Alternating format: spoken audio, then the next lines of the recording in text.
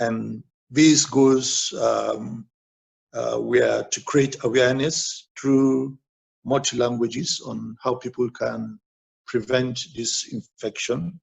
The second goal was to reduce the incidence of new infection. The third was to see how we can also contribute into improving the management of infections through, various computer-based initiatives. And lastly, but not the least, to see how all these can contribute to flattening of the curve.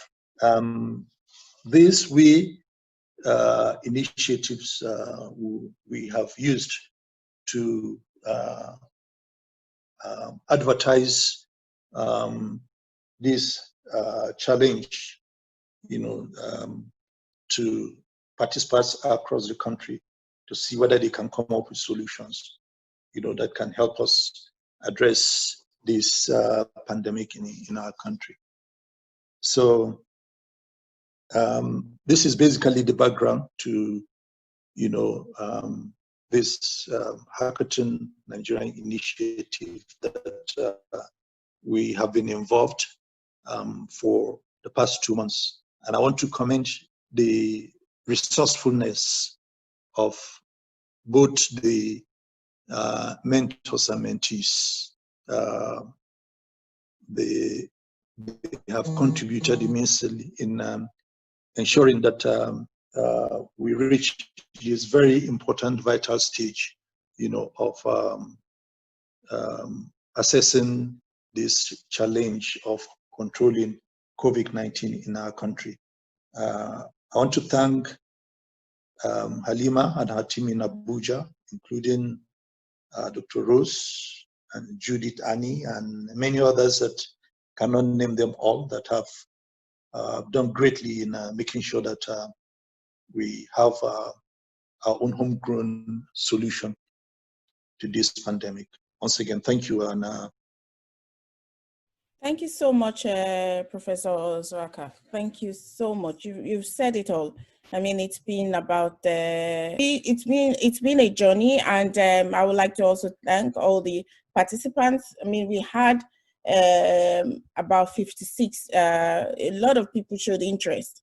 About 56 submitted their ideas, like they expressed interest that they would like to be part of the whole hackathon. And in the end, we have about 10 submissions, which has gone through a lot of process with the judges through the platform that we used, Guana. And Guana was actually able to show some form of transparency. And all the submissions, if most of the participants, I can see most of them are here. Most of the your submissions, your pitch deck, your videos were forwarded to all different judges. Like Professor Ozwaka was actually part of the jury, right? Because you received all the submissions, and also some other members of the jury as well. And they did sort of like rigorous work trying to look through, trying to get the MVPs and trying to see how your solution will be able to solve COVID-19. And yeah, and now we are here today. And I would also like to apologize for the itches here and there regarding the process. I know with data in Nigeria, it's not that easy, but at least we are here today. And good. Welcome, Lumi. Welcome, Lumi. Thank Hello. you. Hello. So, I don't know who is the winner. Yeah, I mean, I don't either. It's I don't name. I don't want to name one project. But I like many of them. I discovered very creative project from the social field. I discovered a project for the medical field. It's amazing how many lessons I have here. And results, I'm curious. I'm just curious. Will actually be willing to solve a lot of problems in Nigeria, even after the pandemic, even after COVID. Word, if if COVID die tomorrow or in 1 month, what happened with your business? Okay. Your startup, you need to think about, when you construct something, you need to think about the present, of course, and about the future. And So back to the results. yes, I will start from the third best challenge. The test best actually looked at goal 2, which is to reduce incidence of infection. And that particular submission was on improving health diagnostic value. Okay. Diagnosis is critical to the success of any disease, because you will need to know people who have the disease before you can make any intervention. Exactly. And if you want to also monitor progress, you require platforms related to technology, to be able to enhance this. The second best submission addressed the first goal of our challenge, which is communication, creating awareness on COVID-19. And they looked at communication without borders.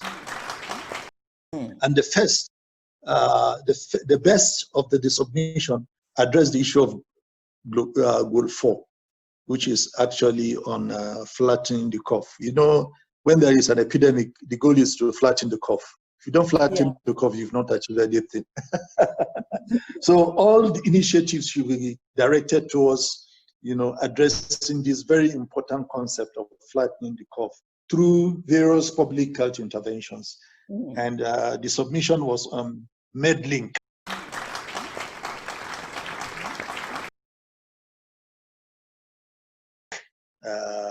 Which is an innovative way of addressing, the challenge of COVID. So the first is MedLink, the second is communication without borders, and the third is improving health diagnostic value. Oh.